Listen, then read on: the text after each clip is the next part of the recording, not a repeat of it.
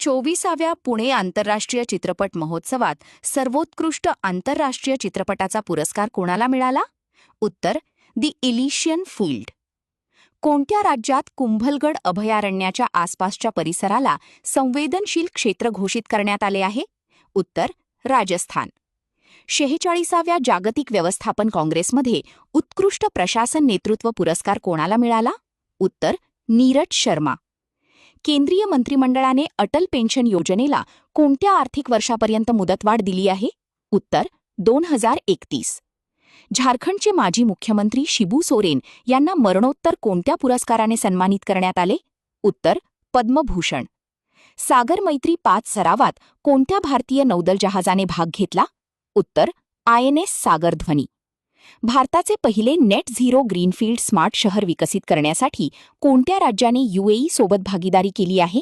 Uttar Telangana.